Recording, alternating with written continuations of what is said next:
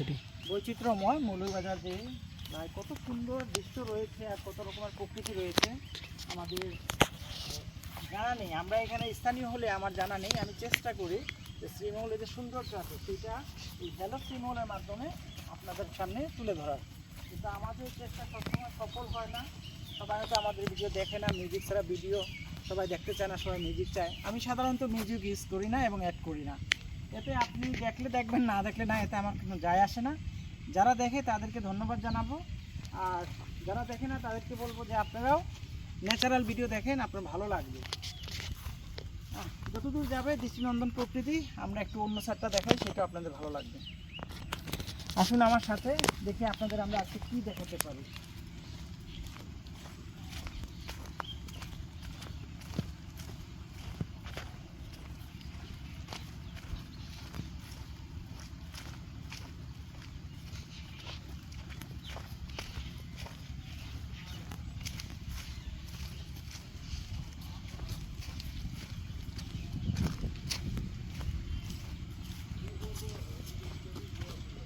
যদি বলতে হয় এই জায়গাটা, এই লোকেশনটা জাস্ট ওয়াও, জাস্ট ওয়াও, অসাধারণ লোকেশন।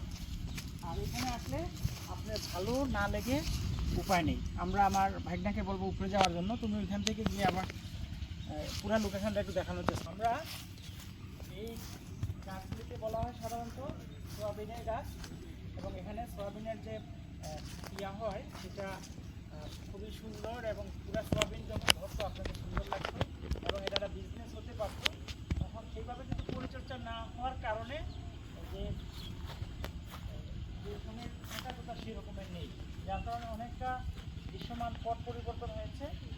আর আমরা আপনাদের বলবো যে আসুন, আমরা প্রকৃতির সৌন্দর্য উপভোগ করি এবং বাংলাদেশের মানুষকে দেখার সুযোগ করে দিই।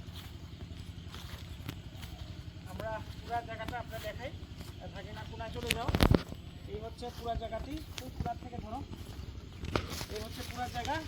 তো আশা করি ভালো লাগবে, সব দিকেই ভালো। আসবেন, ভালো রাখবেন, ভালো থাকবেন।